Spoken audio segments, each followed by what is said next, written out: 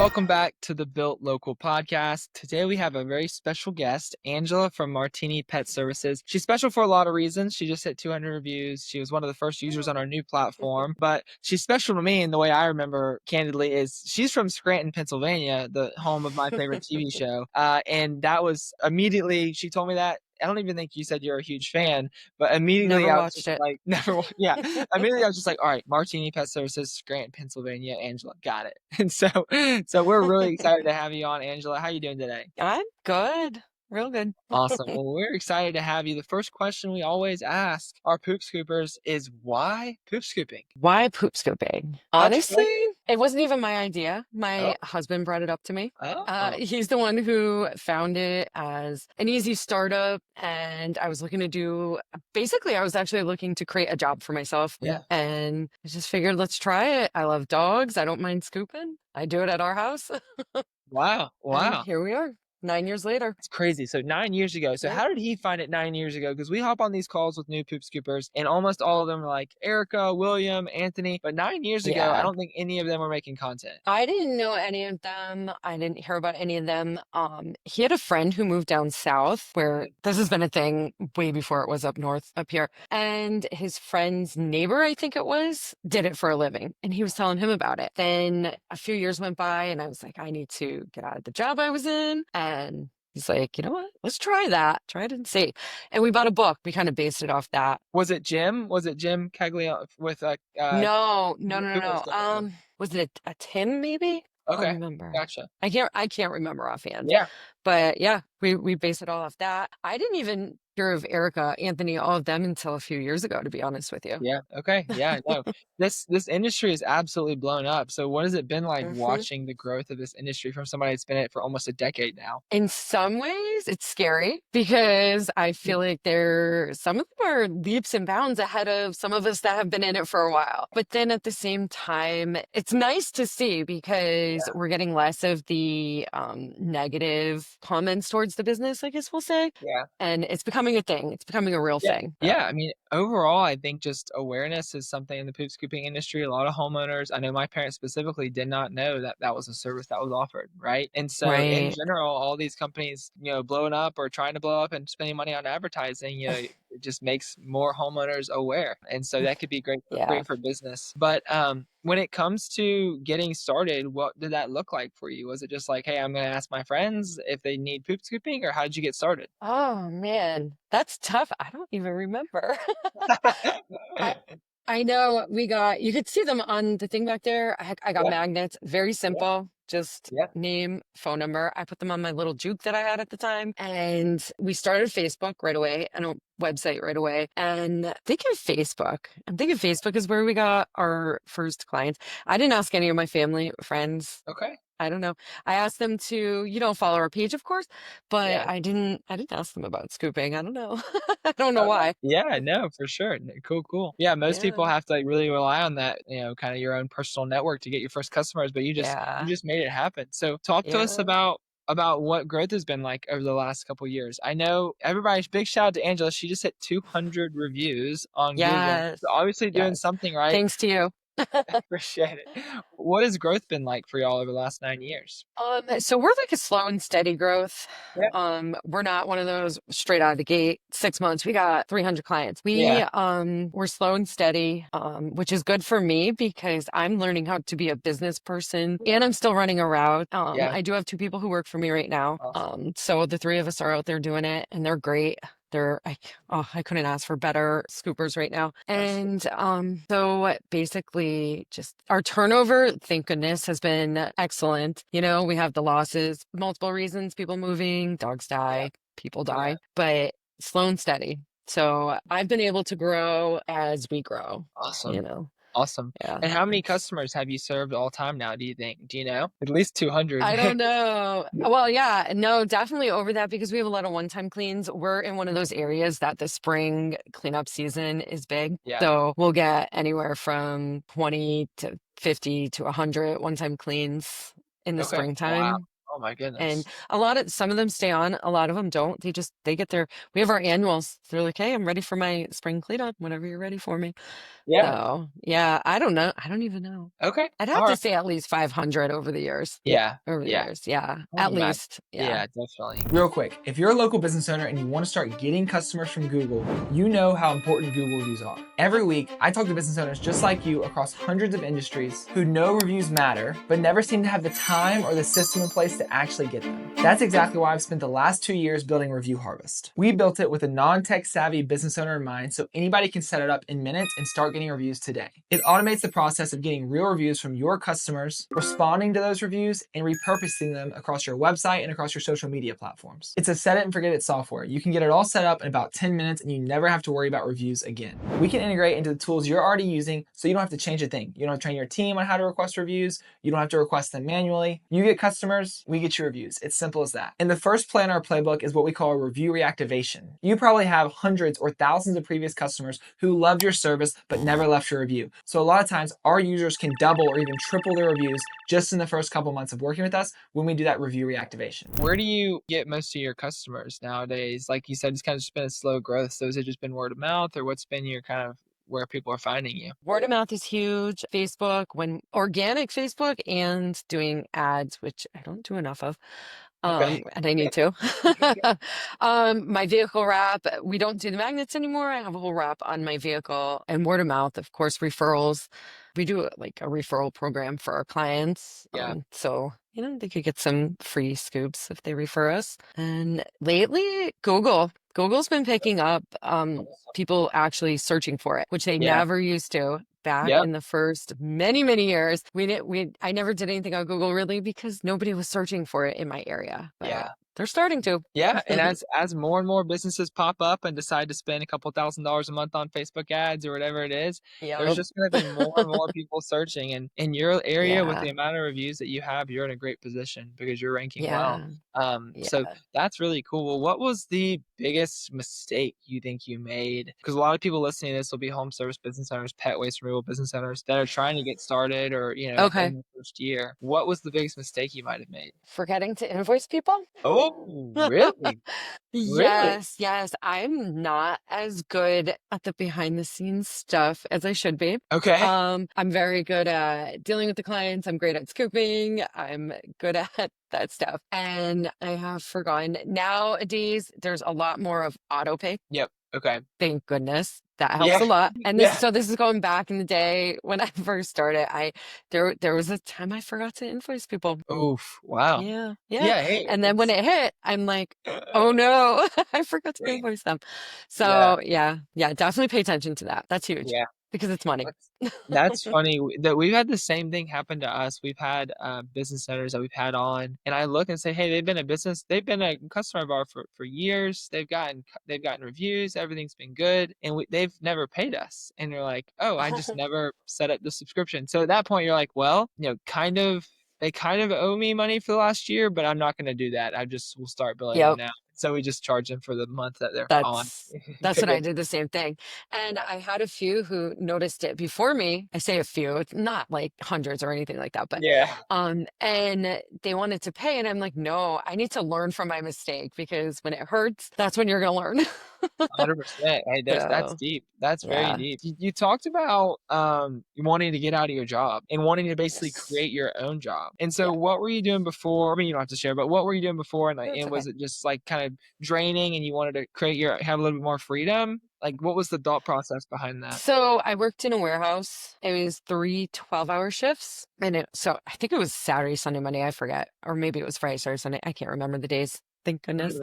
Mhm. Yeah. But it was long days. It wasn't bad when I first started there. But after so long, our home life changed. He actually went back into the National Guard Mhm. and then he was gone a lot Yeah. and we were putting the dogs in daycare and I was just like, I got to do something different. And I saw how happy he was doing his new thing. I want something new. I need something different. Yeah. It's not that it was a terrible job, to be honest with you. It wasn't awful. I knew I wasn't meant to really be there. We also had rental properties at that time, Okay. so which we don't anymore. But so that was taking up a lot of time as well. But yeah, so I just wanted to do something different. Yeah.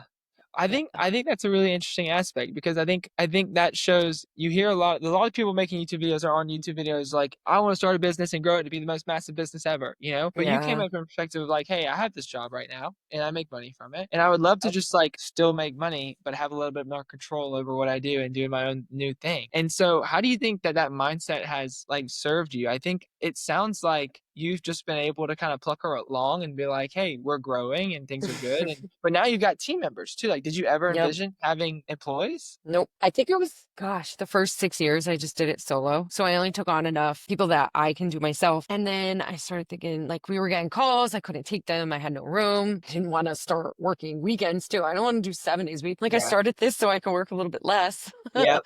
So I just decided to try it. I never thought I would be a boss, we'll say. I don't like Yeah. that term, but yeah, no. And that's one of the things I took from my previous job was to not treat them the way we eventually got treated. Management at the previous job changed drastically and they weren't that nice Yeah. anymore. So I just vowed to not be like them. Yeah. Okay, that's great. I mean, I think just the vibe I'm getting. So normally for me, business is it's a game. It's like competition. Like I'm just go go go go go whatever. And a lot of people I hop on calls with are the same way. And I think that kind of has like this, for lack of a better term, it's like gray thunderstorm cloud over it. You know, it's like Yeah. stress and it's pressure. And I think it's probably good. Probably gets me up in the morning and gets me to work, whatever. But just like having you on the call for 12 minutes, I feel a little bit different. Like talking, like I feel like you don't have that gray cloud. I feel like you're peaceful. It's a little bit more enjoyable, maybe. Like, do you feel that? Yeah. Do you feel a lot of pressure? No, I don't actually. The only pressure I feel is to make sure that we have enough clients so we all stay working. And I know what number.